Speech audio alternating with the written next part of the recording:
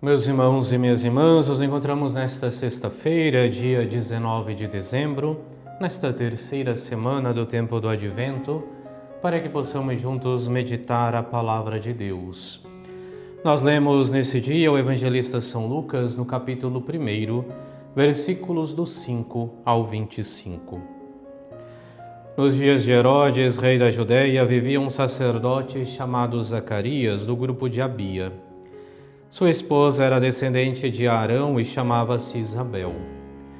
Ambos eram justos diante de Deus e obedeciam fielmente a todos os mandamentos e ordens do Senhor. Não tinham filhos porque Isabel era estéril e os dois já eram de idade avançada.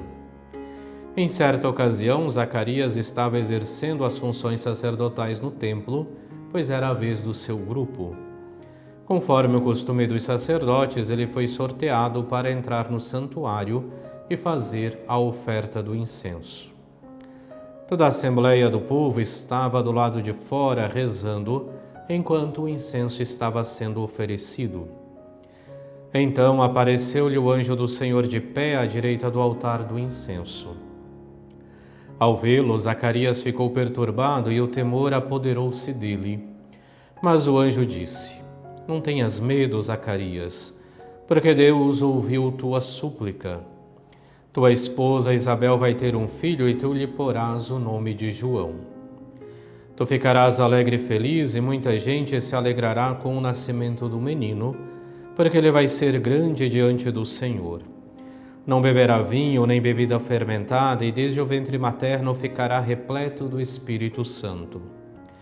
Ele reconduzirá muitos do povo de Israel ao Senhor seu Deus, e há de caminhar à frente deles com o espírito e o poder de Elias, a fim de converter os corações dos pais aos filhos e aos rebeldes à sabedoria dos justos, preparando para o Senhor um povo bem disposto.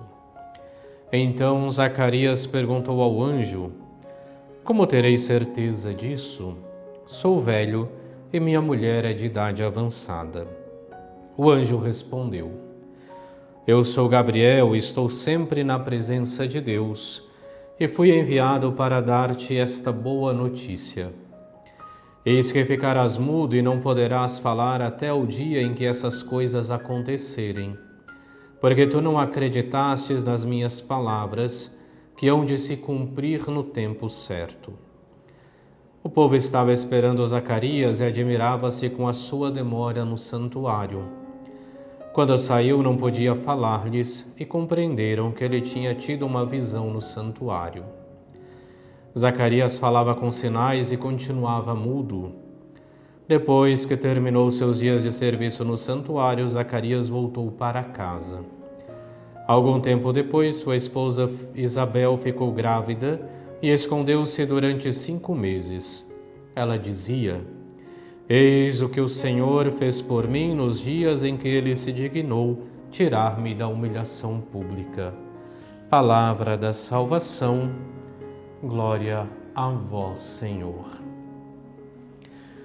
Continuamos a meditação desses gestos, desses feitos que antecedem o nascimento de Cristo. E hoje vemos então a Zacarias que lhe é anunciado o nascimento de João Batista. Logo no início, o evangelista faz questão de nos dizer que Isabel era estéril e, portanto, diante da sociedade era considerada alguém castigada por Deus, porque uma mulher que não podia dar a descendência a seu marido era considerada alguém castigada por Deus e fadada à humilhação. Mas mesmo diante de tudo isto, é onde nós vemos o anjo que anuncia: Não tenhas medo, Zacarias, porque Deus ouviu tua súplica. Tua esposa Isabel vai ter um filho e tu lhe darás o nome de João.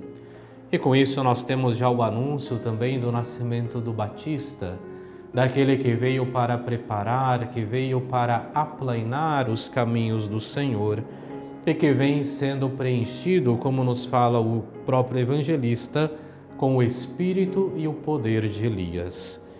É claro, além de todos esses gestos extraordinários da parte de Deus, que faz uma estéril ter um filho, que a retira da humilhação Como a própria Isabel exclama: eis que o Senhor fez por mim nos dias em que ele se dignou tirar-me da humilhação pública, nós vemos também no anúncio do nascimento de João o cumprir-se da promessa de Deus, o cumprir-se das profecias.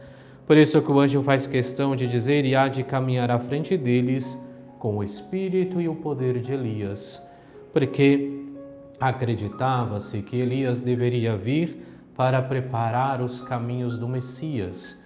E se João vem com o espírito e o poder de Elias, quer dizer que as promessas de Deus, que as promessas do Senhor começam a cumprir-se.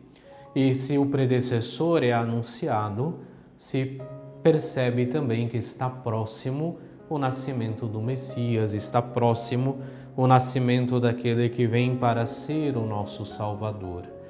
Assim, hoje, ao meditarmos o anúncio do nascimento de João Batista, devemos já perceber o pré-anúncio do nascimento de Cristo.